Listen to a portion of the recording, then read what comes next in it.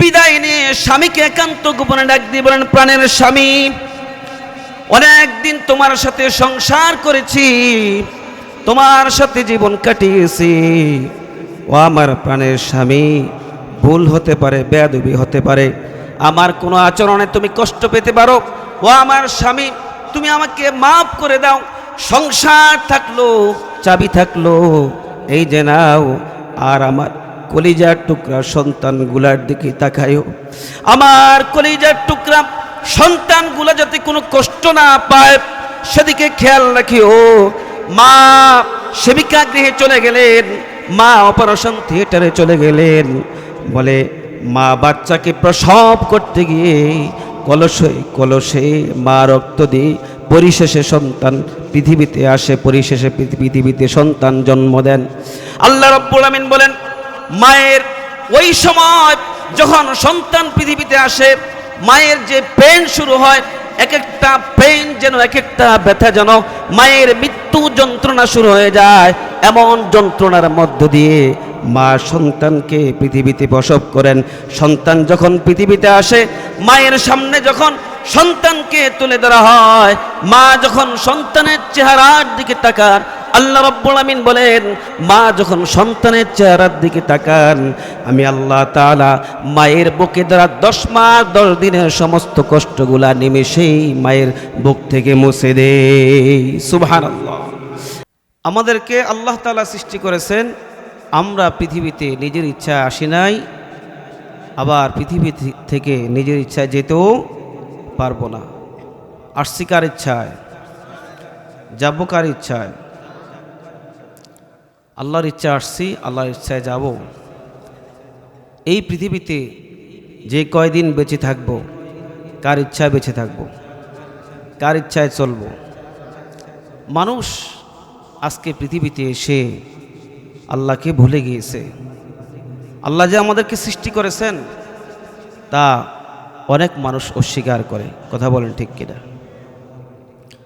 এজন্য আল্লাহ রাব্বুল আমিন বলেন, কাইফা তাকফুরুনা বিল্লাহি ওয়া কুনতুম আমওয়াতান ফাআহইয়াকুম সুম্মা ইউমীতুকুম সুম্মা ইউহয়ীকুম সুম্মা ইলাইহি তুরজাউন। হে মানুষ, কিভাবে তুমি তোমার স্রষ্টার সাথে, তোমার প্রভুর সাথে কুফরি করছো, অস্বীকার করছো, তোমার প্রভুকে ভুলে গিয়েছো, প্রভুর নাফরমানি করছো, অথচ তুমি ছিলে মৃত্যু। তুমি কি ছিলে? মৃত্যু ছিলে। তোমাকে সেই মৃত্যু থেকে আবার তিনি জিন্দা করেছেন, আবার জিন্দা থেকে আবার মৃত্যু দান করবেন, আবার তিনি তার কাছে তোমাদেরকে ফিরিয়ে নেবেন। আজকে বর্তমান বিজ্ঞান তারা স্বীকার করতেছে যে আসলে মানুষ একসময় মৃত্যু ছিল। মানুষ কি ছিল? মৃত্যু ছিল। মায়ের গর্ভের মধ্যে মানুষ মৃত ছিল। এই মানুষকে আবার আল্লাহ তাআলা তিনি মায়ের গর্ভের মধ্যে জিন্দা করেছেন, তিনি সৃষ্টি করেছেন। কিভাবে সৃষ্টি করলেন? কোরআন থেকে আমরা তা জেনে নেব। আল্লাহ রাব্বুল আমিন বলেন, হাল আতা আলাল ইনসানি হিনুম মিনাদ দাহরি লাম ইয়াকুন শাইআম মাযকুরা। মানুষের কি এমন একটি সময় ছিল না যখন মানুষ উল্লেখযোগ্য বিষয়বস্তু ছিল না, মানুষের কোনো নাম ছিল না, দাম ছিল না, মানুষের কিছুই বলতে কিছুই ছিল না। আল্লাহ রাব্বুল আমিন বলেন, আমি আল্লাহ তাআলা তোমাদেরকে সৃষ্টি করেছি। কেমনে সৃষ্টি করলাম?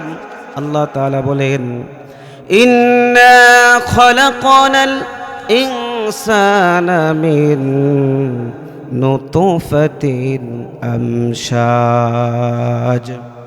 আল্লাহ বলেন, আমি মানুষকে তার মায়ের গর্ভের মধ্যে এক ফোঁটা নাপাক পানি দিয়ে সৃষ্টি করেছি। সৃষ্টি করেছেন কে? আল্লাহ। আর আজকে সে মানুষ পৃথিবীতে এসে আল্লাহকে ভুলে যায়। আল্লাহ বলেন, আমি আল্লাহ তাআলা ইচ্ছে করলে তোমাকে তোমার মায়ের গর্ভের মধ্যে আমি আল্লাহ মেরে ফেলতে পারতাম, তোমাকে বিকলাঙ্গ করে বের করতে পারতাম, আমি তোমাকে তোমার মায়ের গর্ভ থেকে অ্যাবর্শন করে বের করতে পারতাম। পারতেন কি না বলেন? কিন্তু আল্লাহ তাআলা তা করেননি। মায়ের গর্ভ থেকে সুন্দর করে পৃথিবীতে নিয়ে আসলেন। আল্লাহ রাব্বুল আলামিন বলেন, ওয়াল্লাহু আখরাজাকুম মিন বুতুনি উম্মাহাতিকুম লা তা'লামুনা শাইআ। আল্লাহ তাআলা বলেন, ওয়াল্লাহু আখরাজাকুম মিন বুতুনি উম্মাহাতিকুম লা তা'লামুনা শাইআ। আমি আল্লাহ তাআলা তোমাকে তোমার মায়ের গর্ভ থেকে এই পৃথিবীতে নিয়ে আসলাম, সুন্দর করে বের করে নিয়ে আসলাম, তুমি কিছুই টের পেলে না। আমি আল্লাহ তাআলা চাইলে তোমাকে তোমার মায়ের গর্ভের মধ্যে মেরে ফেলতে পারতাম। এত সুন্দর করে পৃথিবীতে আনলেন। শুধু আনলেন না, পৃথিবীতে এসে কি খাবে সব কিছুর ব্যবস্থাপনা করেছেন কে? আর সে আল্লাহর সব কিছু পেয়ে আজকে আমরা আমাদের নফসের গোলামি করতেছি। কথা বলেন ঠিক কিনা? কার গোলামির জন্য আল্লাহ পাঠিয়েছেন? আল্লাহর গোলামির জন্য পাঠিয়েছেন। আল্লাহ রাব্বুল আলামিন বলেন, ওয়ামা খালাকাতুল জিন্না ওয়াল ইনসা ইল্লা লিয়াবুদুন। আমি আল্লাহ রাব্বুল আলামিন জিন এবং মানুষ জাতিকে সৃষ্টি করেছি, জিন এবং মানুষকে সৃষ্টি করেছি আমি আল্লাহ তাআলার ইবাদত বন্দেগীর জন্য। কার ইবাদতের জন্য? এই ইবাদত করলে লাভ কি? ইবাদত করলে লাভ কি? আল্লাহ রাব্বুল আলামিন বলেন, ওয়া আনি'বুদুনি হাযা সিরাতুম মুস্তাকিম।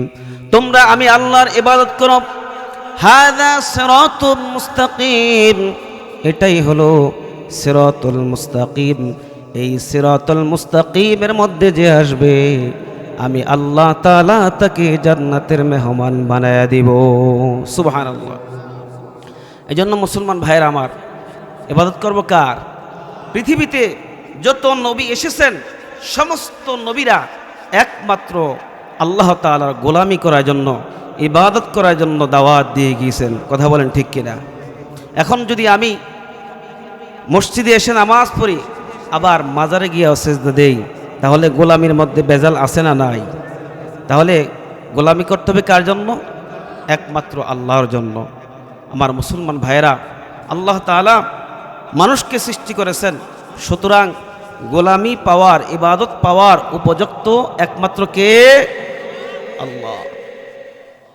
সে আল্লাহ বলতেছেন যে আমি আল্লাহ তোমাদেরকে আমি আল্লাহর গোলামি করার জন্য চূড়ান্ত সিদ্ধান্ত দিয়েছি, চূড়ান্ত সিদ্ধান্ত দিয়েছি, ফয়সালা দিয়েছি, আদেশ দিয়েছি, ফরজ করে দিয়েছি আমি আল্লাহর ইবাদত করার জন্য।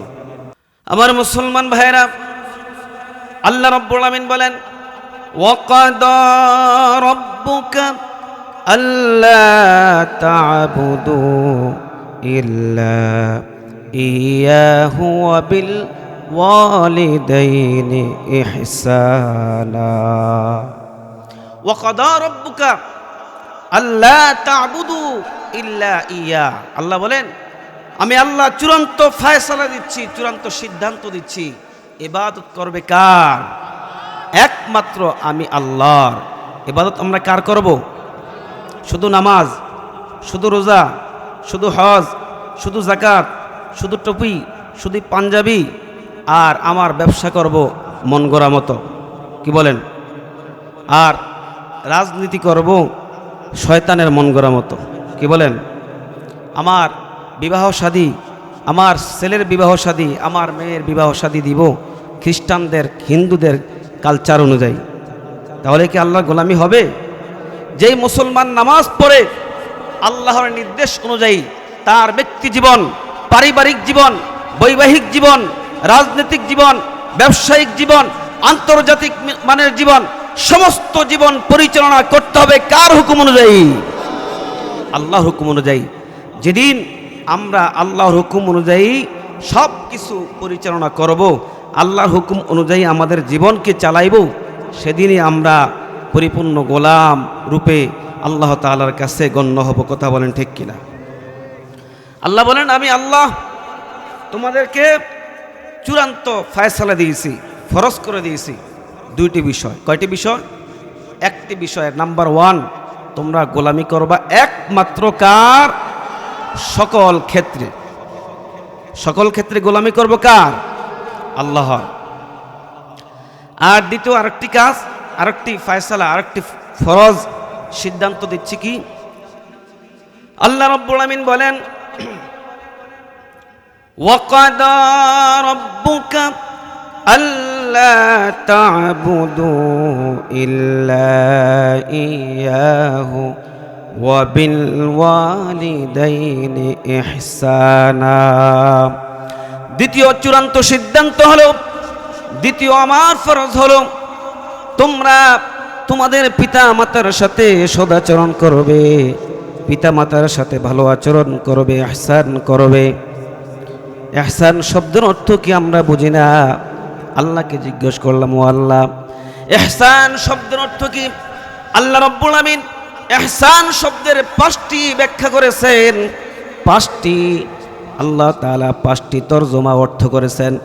নাম্বার 1, আল্লাহ তাআলা বলেন, ইম্মা ইয়াবলুগান্না ইনদাকাল কিবারা আহাদুহুমা আও কিলাহুমা ফালা তাকুল লাহুমা উফফিন ওয়ালা তানহারহুমা وقل لهما قولا كريما।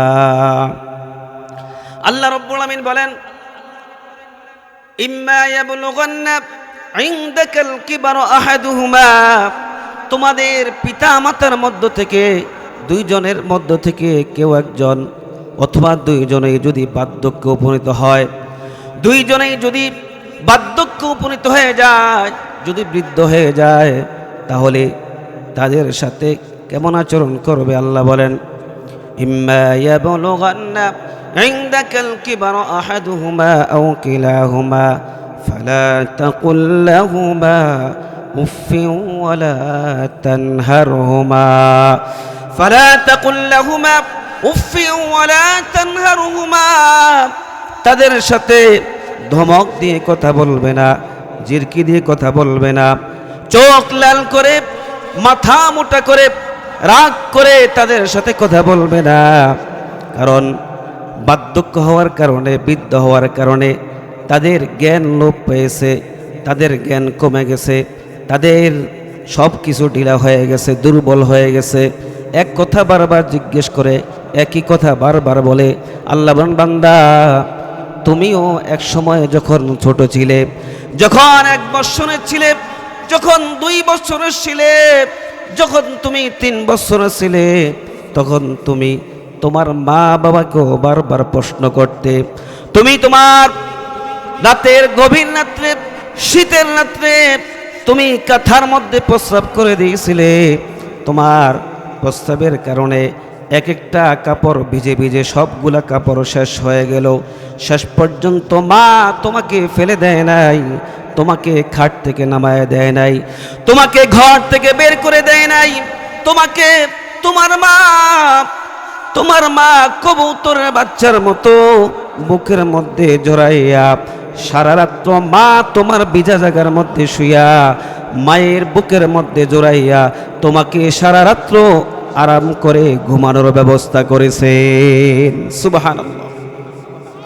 ও আমার মুসলমান ভাইরা, মা এমন আপন মানুষ, মা এমন আপন মানুষ, বাবা এমন আপন মানুষ। বাবা নিজে না খেয়ে, নিজে না পরে তোমার মুখে খাবারের ব্যবস্থা করেছেন, তোমার জন্য বাবা টাকার ব্যবস্থা করেছেন। তুমি স্কুলে পড়ে, কলেজে পড়ো, তুমি মাদ্রাসায় পড়ো, তোমার জন্য হাজার হাজার টাকার ব্যবস্থা করেছেন। বাবা মা দুজনেই এমনও দিন গিয়েছে তারা ডাউল আর আলু ভর্তা দিয়ে ভাত খেয়েছে, অথবা শুধু লবণ আর পানি দিয়ে তারা ভাত খেয়েছে। কিন্তু তোমাকে অনাহারে অর্ধাহারে থাকতে দেয় নাই, তোমার লেখাপড়া খরচ চালিয়েছে। শুধু তাই নয়, তোমার বাবা এমন বাবা, তোমার বাবা তোমার জন্য এত কষ্ট করেছেন, তোমার বাবা তোমাকে এত মোহাব্বত করেছেন। ঈদের দিনে তোমার গায়ের মধ্যে নতুন কাপড় লাগবে, তোমার যদি নতুন কাপড় না হয় তোমার ঈদ হবে না। এই জন্য বাবা রিক্সা চালিয়ে, ভ্যান চালিয়ে, বাবা কষ্ট করে দিন মজুরের কাজ করে বাবা তোমার জন্য কাপড়ের ব্যবস্থা করেছেন, নতুন কাপড় পরিধান করিয়েছেন। কিন্তু বাবা নিজে ছেঁড়া কাপড় পরে ঈদগাহে গিয়া ঈদের নামাজ পড়েছেন। সুবহানাল্লাহ, কথা বলেন ঠিক কিনা?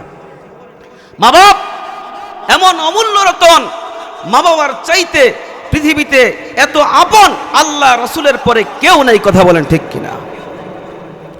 আমার মুসলমান ভাইরা, আল্লাহ বলেন, বান্দা তোমার মা তোমার জন্য এত কষ্ট করেছেন। আল্লাহ কুরআনুল কারীমের মধ্যে বলেন, ওয়াসাইনাল ইনসানা বিওয়ালিদাইহি ইহসানা হামালাতহু উম্মুহু ওয়াহানান আলা ওয়াহনিন ওয়া ফিসালুহু ফি আমাইনি আনিশকুর লি ওয়া লিওয়ালিদাইক। আল্লাহ রাব্বুল আমিন বলেন, তোমার মা তোমাকে পেটে ধারণ করার কষ্ট সহ্য করেছেন। তোমার মা তোমাকে যখন পেটে নিয়েছেন ঠিক মতো খানা খেতে পারেননি। তুমি তোমার মায়ের পেটের মধ্যে পা দিয়ে লাথি মেরেছো, হাত দিয়ে ঘুষা মেরেছো। মা খানা খেতে যাবেন, ঠিক সেই মুহূর্তে তোমার লাথি মারার কারণে মায়ের পেটের মধ্যে প্রসব বেদনা তৈরি হলো। মা খাবারের প্লেটটা সাইডে ঠেলে দিয়ে মা দাঁড়িয়ে গেলেন, আবার শুইলেন, আবার বসলেন। মা ঠিক মতো খানা খেতে পারেন না। ও আমার মুসলমান ভাইয়েরা, মা সারাদিন সংসারে কাজ করে সকলকে খাওয়ায়া রান্না বান্না করে মা যখন গভীর রাত্রে ঘুমাইতে গেলেন, ঠিক তেমন মুহূর্তে মায়ের পেটের মধ্যে সন্তানের প্রসব বেদনা উঠল। মা ঘুম থেকে উঠে গেছেন, সারা দুনিয়ার সমস্ত প্রাণীগুলা ঘুমায় গেছে। পিতা মায়ের কাছে শুইয়া পিতা ঘুমাইতেছে, মা ঘুমাইতে পারেন না। মা উঠে গেলেন, উঠে যাওয়ার পর মায়ের প্রসব বেদনা শুরু হয়ে গেছে। মাকে হসপিটালে নিয়ে যাওয়া হলো, ডেলিভারি গৃহের মধ্যে নিয়ে যাওয়া হলো, অপারেশন থিয়েটারের মধ্যে নিয়ে যাওয়া হলো। মায়ের এক একটা বেদনা যেন এক একটা মৃত্যু যন্ত্রণা শুরু হয়ে যায়। চিকিৎসা বিজ্ঞানীরা বলেন, পৃথিবীতে যত মানুষ আছে সমস্ত মানুষগুলা তারা যদি অনেক ব্যথা সহ্য করে, পৃথিবীর মানুষগুলা মাত্র 47 ইউনিট ব্যথা সহ্য করতে পারে। বলে একসাথে 20টা হাড্ডি যদি কোনো মানুষের ভেঙে যায় তাহলে তার 20 ইউনিট পরিমাণ ব্যথা শুরু হয়, ব্যথা যন্ত্রণা তার দেহের মধ্যে সৃষ্টি হয়। কিন্তু মা যখন বাচ্চা প্রসব করে, মা বাচ্চা প্রসব করতে গিয়ে 47 নয় 57 ইউনিট ব্যথা মা সহ্য করে সন্তানকে জন্ম দেয়। সুবহানাল্লাহ। আমার মুসলমান ভাইরা, মা ব্যথায় জর্জরিত হয়ে সকলের কাছ থেকে বিদায় নিয়ে স্বামীকে একান্ত গোপনে ডাক দিয়ে বলেন, প্রাণের স্বামী, অনেকদিন তোমার সাথে সংসার করেছি, তোমার সাথে জীবন কাটিয়েছি। ও আমার প্রাণের স্বামী, ভুল হতে পারে, বেয়াদবি হতে পারে, আমার কোনো আচরণে তুমি কষ্ট পেতে পারো। ও আমার স্বামী, তুমি আমাকে মাফ করে দাও।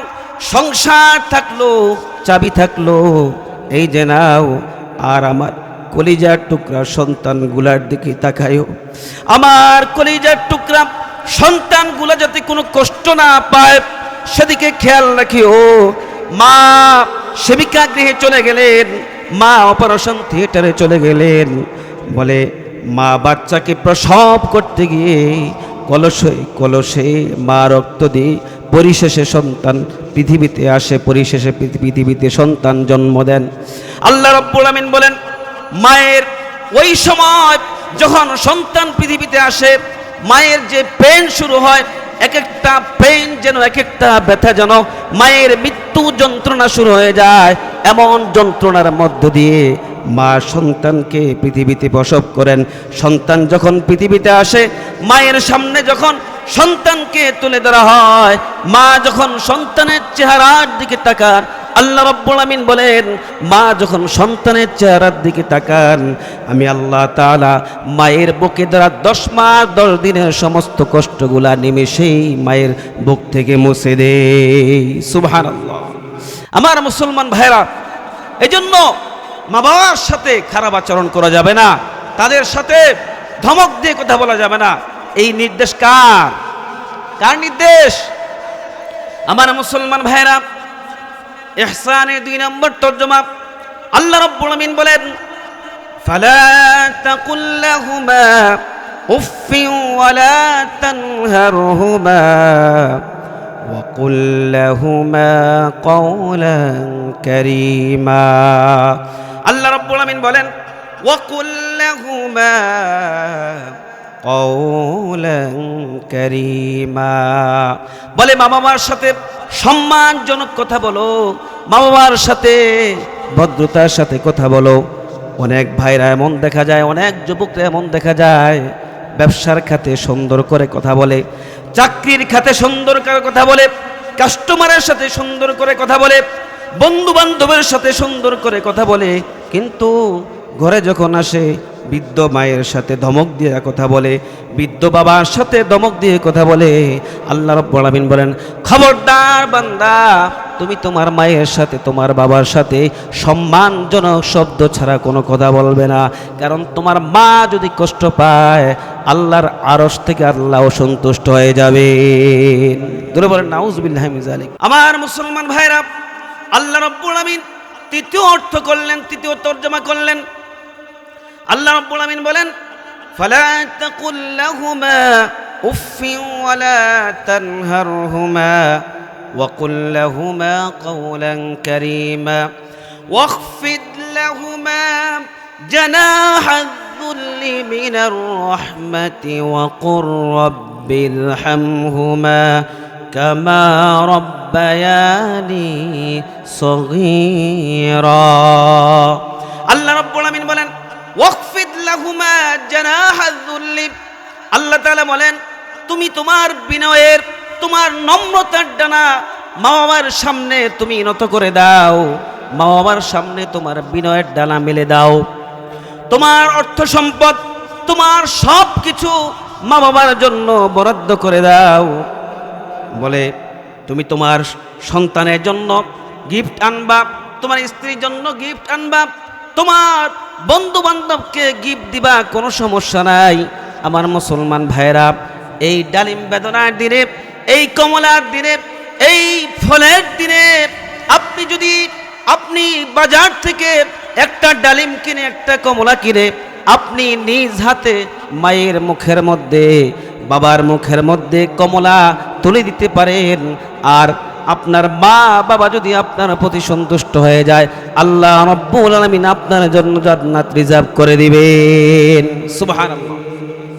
কারণ আল্লাহর হাবিব সাল্লাল্লাহু আলাইহি সাল্লাম বলেন, রিদার রাব্বি ফি রিদাল ওয়ালিদাইন ওয়া সাখাতুর রাব্বি ফি সাখাতুল ওয়ালিদাইন, বলে তোমার মা বাবার সন্তুষ্টি তোমার আল্লাহর সন্তুষ্টি, তোমার রবের সন্তুষ্টি, আর তোমার মা বাপ যদি অসন্তুষ্ট হয়ে যায়, তোমার আল্লাহ অসন্তুষ্ট হয়ে যাবেন।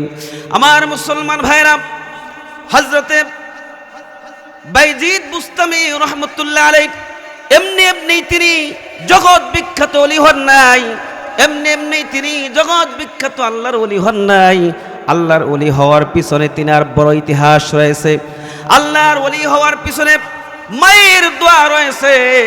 একদিন গভীর নিঝুম রাত্রে, শীতের দিনে, সারা দুনিয়ার সমস্ত মানুষগুলা ঘুমিয়ে আছে, সমস্ত পৃথিবীটা অন্ধকারাচ্ছন্ন।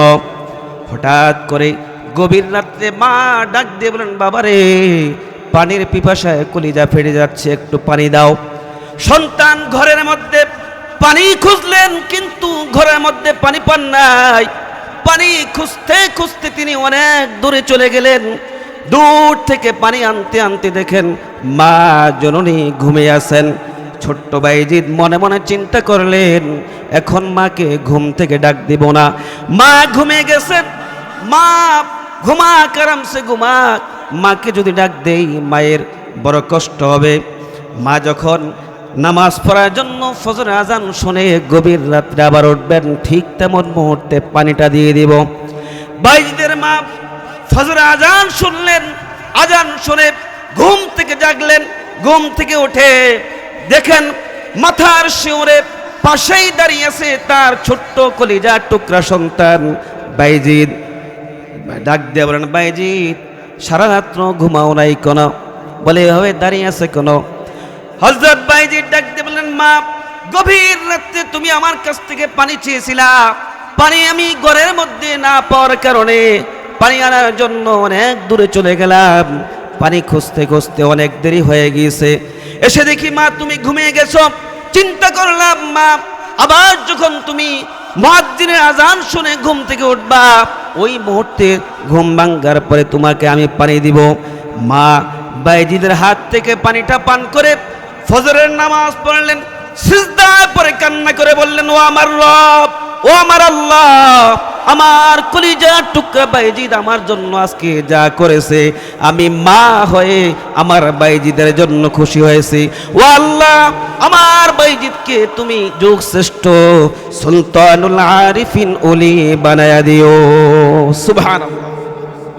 আমার মুসলমান, শুধু তাই নয়, মায়ের দোয়ায় আল্লাহ রাব্বুল আলামিন সাধারণ মানুষকেও বাদশা বানাইতে পারেন। মায়ের দোয়ায় ভ্যান চালককে আল্লাহ তাআলা মন্ত্রী বানাইতে পারেন। মায়ের দোয়ায় আল্লাহ তাআলা রিক্সা চালককে বাংলাদেশের একজন সুনামধন্য ধনকুব একজন বিশিষ্ট ব্যবসায়ী বানাতে পারেন কিনা বলেন? আল্লাহর হাবিব সাল্লাল্লাহু আলাইহি সাল্লাম বলেন, সালাসু দাওয়াতুন মুস্তাজাবাতুন, সালাসু দাওয়াতিন মুস্তাজাবাতুন লা শাক্কা ফীহিন্না। বলে এই পৃথিবীর বুলেট মিস হতে পারে, এই পৃথিবীর পারমাণবিক বোমা মিস হতে পারে, ড্রোনের লক্ষ্যবস্তু মিস হতে পারে, কিন্তু আল্লাহ তাআলার দরবারে তিনজনের দোয়া মিস হতে পারে না। সুবহানাল্লাহ। 100% কবুল হবে। এর মধ্যে এক নম্বর হলো দাওয়াতুল মাজলুম, মাজলুমের দোয়া আল্লাহ তাআলার কাছে কবুল হবে। এজন্য দেখা যায় বাংলার জমিনে হাজারো শত আলেম ওলামারা অন্যায়ভাবে মাজলুম হয়েছে, কারারুদ্ধ হয়েছে, তারা জেলখানায় থেকে দোয়া করেছে। আল্লাহ তাআলা সারা পৃথিবীর সাথে যেই শক্তির সম্পর্ক ছিল, সেই সম্পর্কযুক্ত স্বৈরাচারকে আল্লাহ তাআলা বাংলার জমিন থেকে সবচাইতে নিকৃষ্ট এবং জঘন্যতম অপমান করে বাংলার জমিন থেকে উৎখাত করেছেন। কথা বলেন ঠিক কিনা? সুতরাং এখনো যারা জালেম হয়ে উঠেছ, এখনো যারা জালেম, এখনো যারা চাঁদাবাজ, এখনো যারা সন্ত্রাস, সুতরাং তোমরা যারা এই স্বৈরাচারের কাছ থেকে ইতিহাস থেকে শিক্ষা নাও নাই, তোমাদের জন্য ইতিহাসের আরো ভয়ঙ্কর দিন অপেক্ষা করতেছে। সুতরাং তোমরা ভারত নয়, সারা পৃথিবীর কোথাও পালাবার রাস্তা পাবার। কথা বলেন ঠিক কিনা?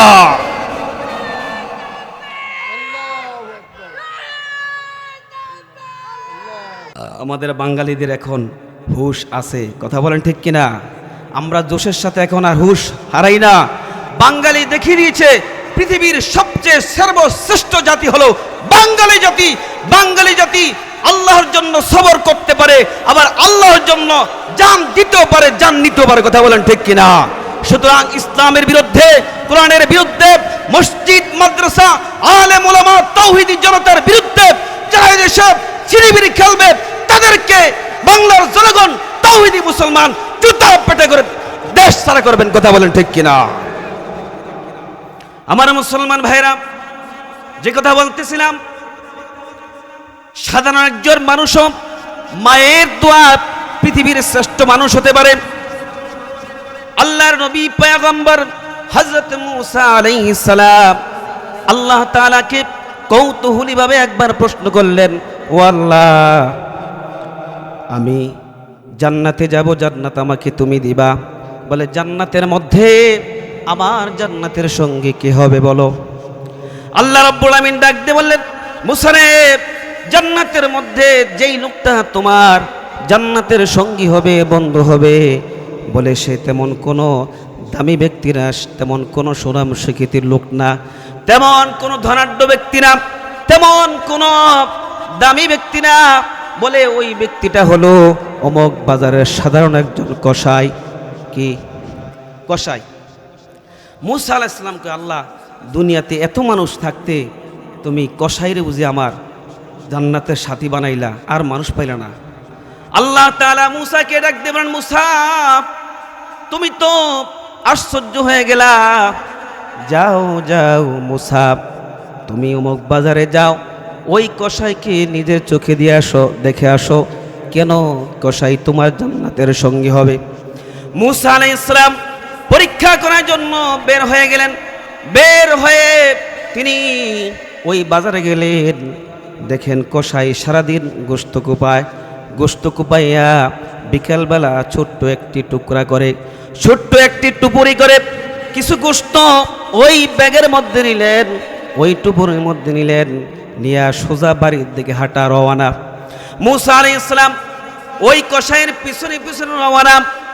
বাড়িতে গিয়া কসাই ওই ছোট্ট টুপুরিটা, ব্যাগটা খুললেন, খুলে রান্না বসায় দিলেন। আর পাশের ঘরের মধ্যে গিয়া একটা ছোট্ট ঘরের মধ্যে মাসা থেকে একজন বৃদ্ধা মহিলাকে নামাইলেন। বৃদ্ধা মহিলাকে নামাইয়া ওই মহিলাটাকে কসাই নিজের হাতে গোসল দিলেন, নিজের হাতে তিনি ওই বৃদ্ধা মহিলাকে খানা খাওয়াইলেন। এবার বৃদ্ধা মহিলা খানা খেয়ে আল্লাহ তাআলার দরবারে দুহাত তুলে বীর বীর বীর বীর করে কি যেন বলতেছে। মুসা আলাইহিস সালাম এবার ওই কসাইকে ডাক দিয়ে বললেন, ভাই কসাই ভাই, বলে ওই বৃদ্ধা মহিলাটাকে। এবার কসাই ডাক দিয়ে বললেন, এই বৃদ্ধা মহিলাটার জন্য পৃথিবীতে আমি ছাড়া আর কেউ নাই, আর এই বৃদ্ধা মহিলা ছাড়া পৃথিবীতে আমার কেউ নাই, ইনি হলেন আমার জনম দুঃখিনী মা। সুবহানাল্লাহ। আমার মুসলমান ভাইরা, এবার মুসা আলাইহিস সালাম ডাক দিয়ে বললেন, কসাই, সব কিছু বুঝলাম, তবে একটা কিছু বুঝলাম না, একটা বিষয় বুঝলাম না। বলে, কি বিষয়? বলে, আমি দেখলাম বৃদ্ধা খানা খেয়ে দুহাত তলে বীর বীর করে কি যেন বলছে।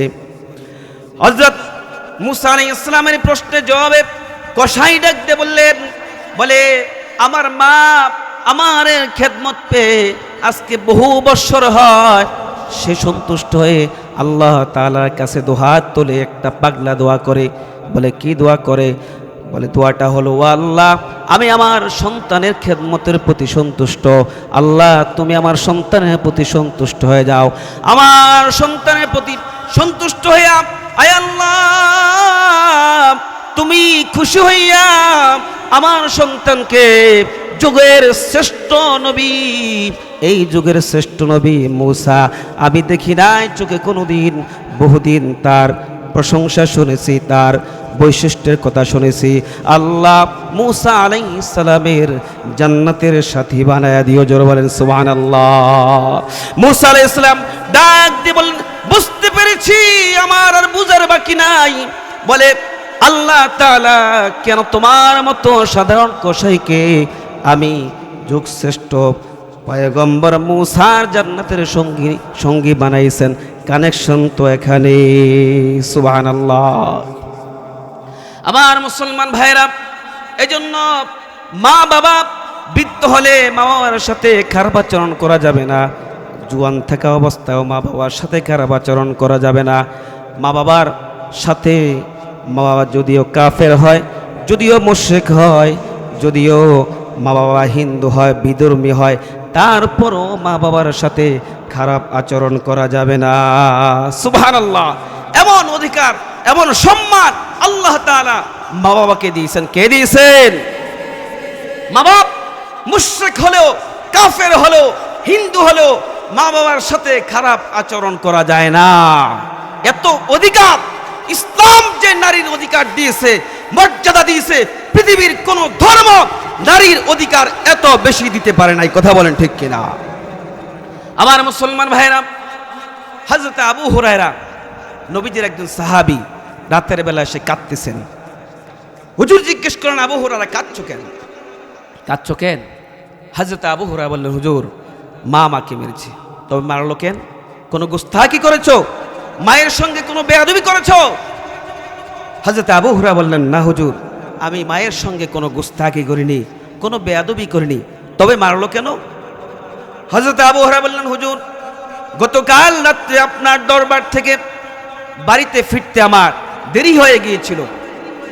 মা আমাকে জিজ্ঞেস করলেন, আবু হুরায়রা এত রাত্রি করে কোথা থেকে এসেছো? আমি বললাম, মা, যে নবীর কদম মোবারক চুমতে পারলে দুনিয়া ধন্য হয়, সেই দরবারে নবীর কদম মোবারক থেকে আসতে আমার দেরি হয়ে গিয়েছে। আমার মা মুশরিকা, আপনার নাম শুনে তার গায়ে আগুন জ্বলে উঠল, আমাকে ধরে মারা আরম্ভ করলো। আমি বললাম, মা তুমি বুড়ি মানুষ, তোমার গায়ে যত শক্তি আছে সমস্ত শক্তি দিয়ে আমাকে পেটাও, আমাকে মারো, তোমার বাড়ি সদ্য তাম দুনিয়া ছেড়ে দিতে পারি, কিন্তু আল্লাহর নবীর কদম মোবারক ছেড়ে দিতে পারি না। সুবহানাল্লাহ। আমার মুসলমান ভাইরা, হযরত আবু হুরায়রা বললেন, মা, হযরত আবু হুরায়রা বললেন, ইয়া রাসূলুল্লাহ, মা আমাকে মেরেছেন। আল্লাহর নবী বললেন, আবু হুরায়রা তোমার মা তোমাকে মেরেছে, তুমি আমার কাছে তোমার মায়ের বিরুদ্ধে নালিশ করতে এসেছো, অভিযোগ করতে এসেছো। হযরত আবু হুরায়রা বললেন, ইয়া রাসূলুল্লাহ, মায়ের বিরুদ্ধে আপনার কাছে নালিশ করতে আসি নাই, তবে কেন এসেছো?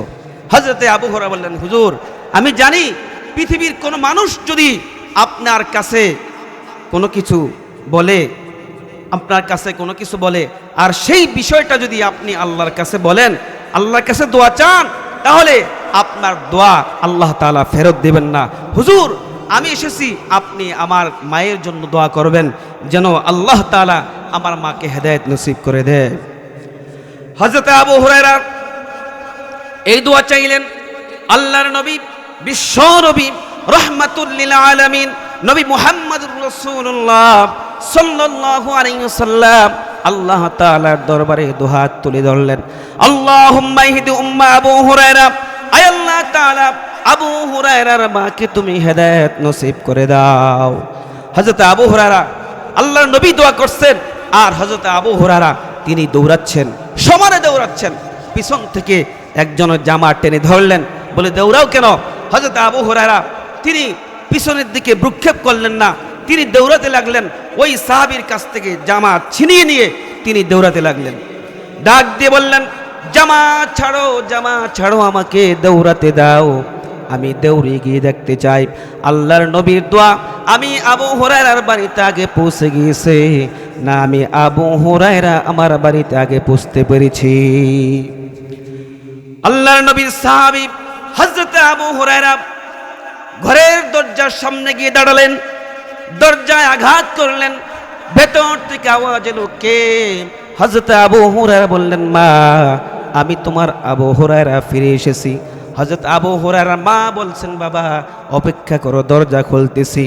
হযরত আবু হুরায়রা দরজার সামনে দাঁড়িয়ে মনে মনে চিন্তা করলেন, মনে মনে ভাবলেন, মায়ের গলার আওয়াজের মধ্যে যেই শিরকিয়াতের গন্ধ ছিল, যেই শিরকিয়াতের কর্কশতা ছিল, মায়ের গলার আওয়াজ থেকে শিরকিয়াতের গন্ধ, শিরকিয়াতের কর্কশতা দূর হয়ে মায়ের গলার আওয়াজের মধ্যে তাওহীদের গন্ধ পেলাম।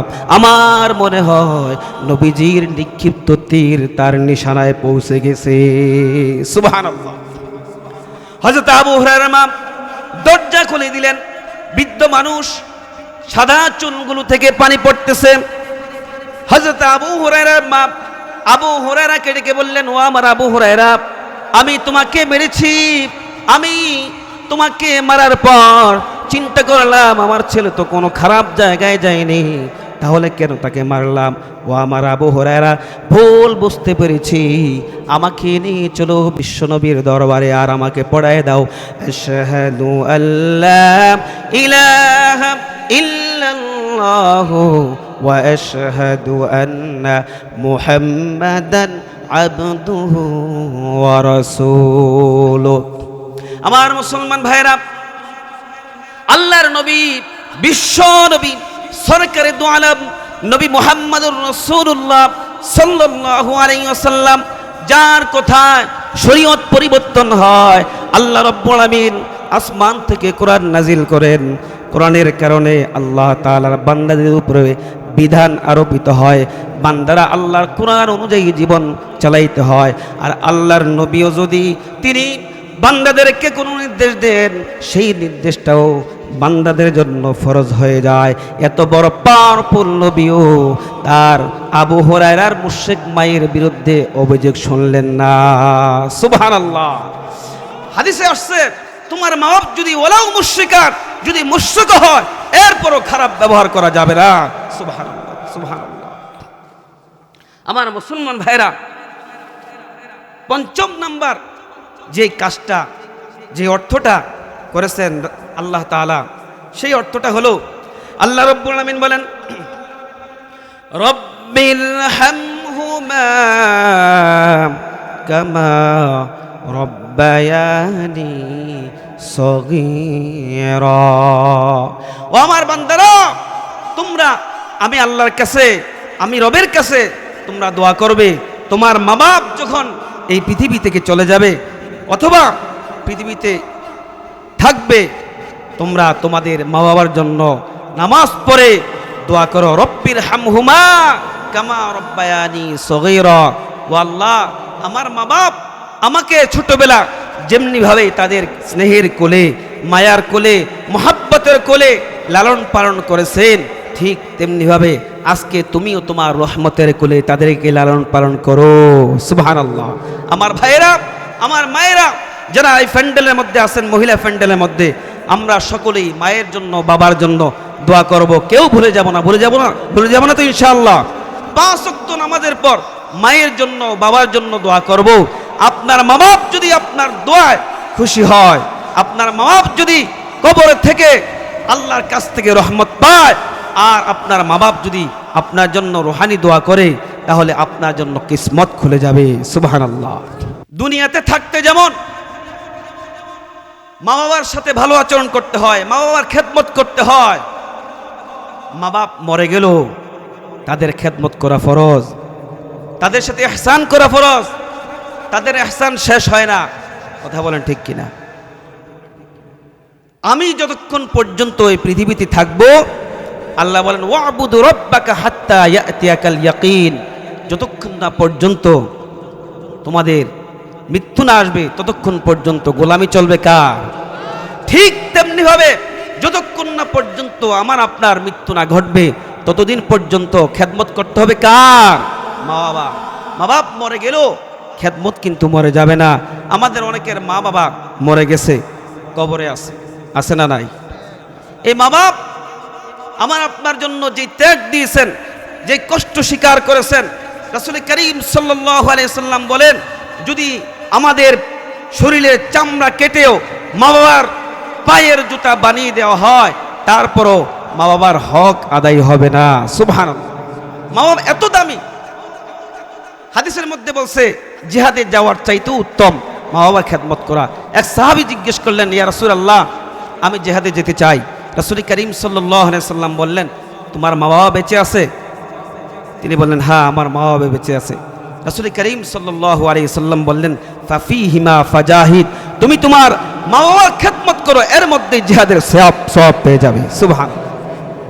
আমার মুসলমান ভাইরা, মা বাবা এত দামি জিনিস।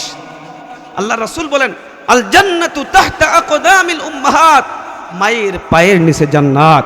এক সাহাবী জিজ্ঞেস করলেন, ইয়া রাসূলুল্লাহ, খেদমত করব কার? রাসূল বললেন, তোমার মায়ের। তারপরে কার? তোমার মায়ের। তারপরে কার? তোমার মায়ের। তারপরে কার? তিনি চতুর্থবারের মতো বললেন, তোমার পিতার। মায়ের এত মর্যাদা দিয়েছেন, বাবার এত মর্যাদা দিয়েছেন। আমরা আমাদের সেই মা বাবাকে ভালোবাসি তো ইনশাআল্লাহ? ভালোবাসি তো?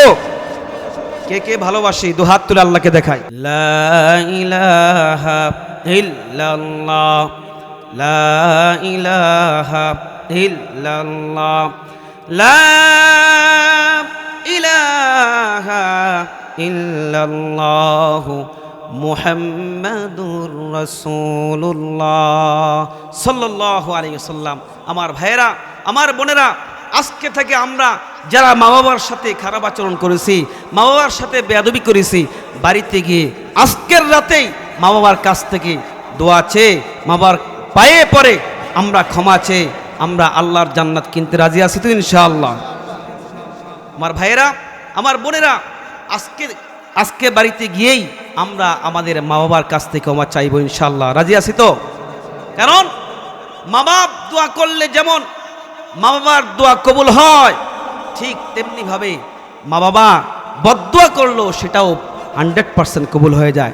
দোয়া করলে কবুল হলে তো কোনো সমস্যা ছিল না। দোয়া করলে কবুল হইলে তো দোয়া করলে কবুল হতে ভালো ছিল, কিন্তু বদদোয়া করলে যদি সেটা কবুল হয় সেটা তো খারাপ। কথা বলেন ঠিক কিনা?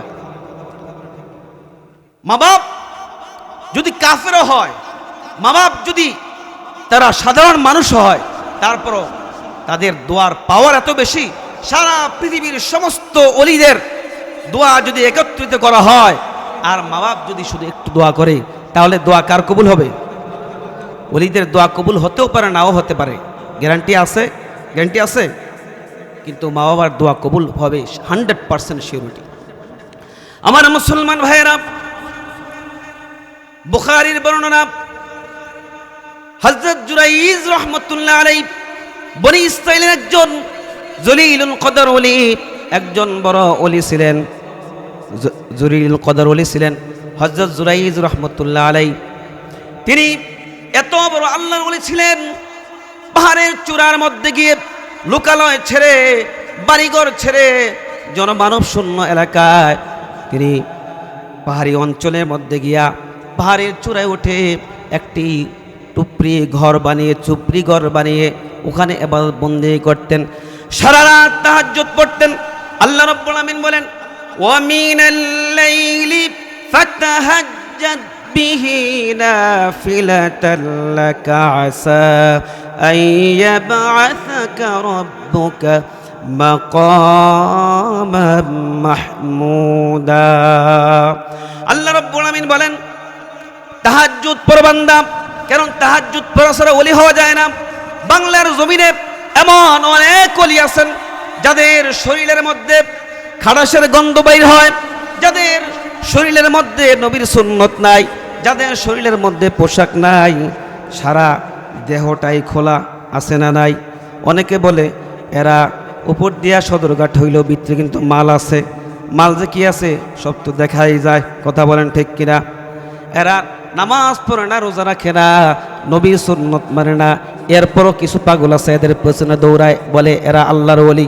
আমার মুসলমান ভাইয়েরা, আল্লাহর ওলি হওয়ার জন্য তাহাজ্জুদ নামাজ পড়তে হয়। কথা বলেন ঠিক কিনা? তাহাজ্জুদ পড়া ছাড়া আল্লাহর ওলি হওয়া যায় না। আবার তাহাজ্জুদ পড়া ফরজ নামাজ বাদ দেওয়া যায় নাকি?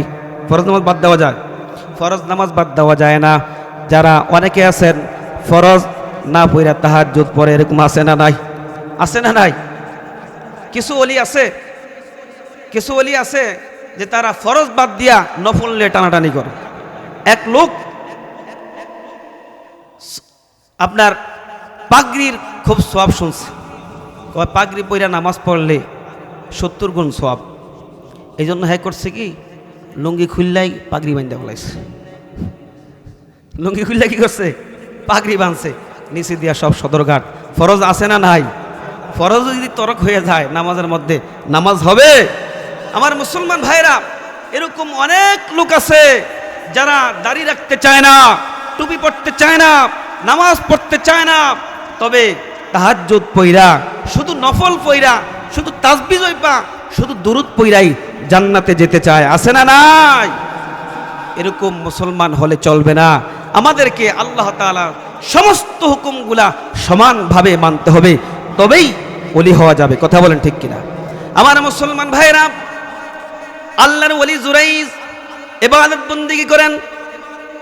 হঠাৎ করে একদিন রাত্রে পাশের ঘর থেকে মা ডাক দিলেন, জুরাইজ কলিজা ফেটে যাচ্ছে, পানির পিপাসা, একটু পানি দাও। জুরাইজ নামাজের মধ্যে দাঁড়িয়ে আছেন তাহাজ্জুদের নামাজে, চিন্তা করলেন মায়ের ডাকে সাড়া দিব না নামাজ পড়ব। নামাজ তো পড়তেছি একটু পরেই, নামাজটা শেষ করে মায়ের ডাকে সাড়া দিই, পানি পান করাই। মা আমার ডাক দিলেন। জুরাইজ এবারও নামাজের মধ্যে একই চিন্তা করলেন। মা তৃতীয়বার আবার ডাক দিলেন। জুরাইজ আবার একই চিন্তা করলেন, এই তো নামাজ শেষ হয়ে গেছে, নামাজ শেষ করার পর আমার জনম দুঃখিনী মাকে আমি পানি পান করাবো। জুরাইজের মা এবার মনের মধ্যে গুসা এসে গেল, রাগ এসে গেল। বললেন, ও জুরাইজ, তুই আমাকে পানি পান করাস নাই, তবে মৃত্যুর আগে যেন তুই একজন বেশ্যা মহিলার বদনাম নিয়া, বেশ্যা মহিলার অপবাদ নিয়া মৃত্যুবরণ করাস, তোর যাতে এর আগে মৃত্যুবরণ না হয়। সাথে সাথে দোয়াটা কবুল করে নিলেন কে? মায়ের বদদোয়া। জ্বলন্ত যুগ শ্রেষ্ঠ একজন আল্লাহর ওলি হয়েও মায়ের বদদোয়া তার উপরে পড়ে গেছে। আমার মুসলমান ভাইরা, 3 দিন পর একজন বেশ্যা মহিলা দিনের বেলা, দুপুরের বেলা, যখন সারা দুনিয়াটা ঠান্ডা হয়ে গেছে, মানুষগুলা ঠান্ডা হয়ে গেছে, সবাই সবার কাজে ব্যস্ত, ঠিক তেমন মুহূর্তে জুরাইজের ঘরের দরজার সামনে গিয়া খটখটাইতেছে। ডাক দিয়ে বললেন, কে? বলে, আমি পরমা সুন্দরী, সুশ্রী, অপরূপা একজন মহিলা। বলে, দেখো আমার কত সুন্দর, কত রূপ, কত যৌবন। আমার রূপে পাগল হয়ে বহু যুবক পাগল হয়েছে। বলে, চলো জুরাইজ, তুমি আমার মনের আশা পূরণ করো। বলে, আমরা উপকর্মে লিপ্ত হই। জুরাইজ সাথে সাথে ডাক দিয়ে বললেন, মাআযাল্লাহ, আমি তোমার কাছ থেকে আল্লাহ তাআলার কাছে পানা চাই, আশ্রয় গ্রহণ করতেছি, আল্লাহকে ভয় করি। আমার মুসলমান ভাইরা, এবার বেশ্যা মহিলা চান্স না পেয়ে জুরাইজের কাছে পাহাড়ের চূড়া থেকে নেমে পাহাড়ের পাদদেশে দেখেন একজন রাখাল সারাদিন গরু চড়াইয়া, ছাগল চড়াইয়া ক্লান্ত হয়ে জমিনের মধ্যে শুয়ে আছে। রাখালকে ডাক দিয়ে বলেন, ও রাখাল, ওঠো, তাকায় দেখো কত সুন্দর একজন যুবতী মহিলা তোমার কাছে আসছে। বলে, তুমি আমার ডাকে সাড়া দাও। এবার রাখাল ঘুম থেকে উঠে দেখেন সুন্দরী একজন মহিলা। বলে, পাইছি চান্স, এরকম চান্স আর জীবনে হারামো না। একবার গুনাহ করে এলেই দরকার হয় 70 বার তওবা করব, এরকম আছে না নাই? আমাদের মধ্যে এরকম চান্স আসলে আমরা কি করতাম?